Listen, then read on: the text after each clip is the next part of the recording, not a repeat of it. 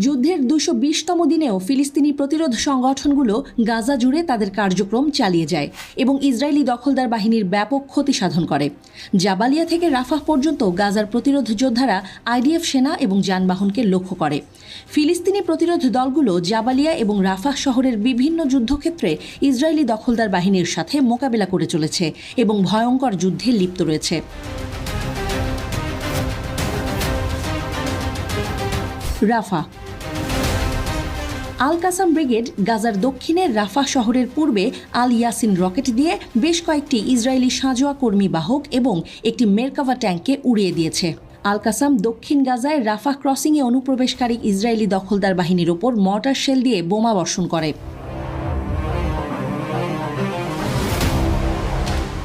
একটি যৌথ অভিযানে আল কাসাম এবং আল কুদস ব্রিগেডের যোদ্ধারা রাফাহ ক্রসিংয়ের কাছে ইসরায়েলি সামরিক সমাবেশে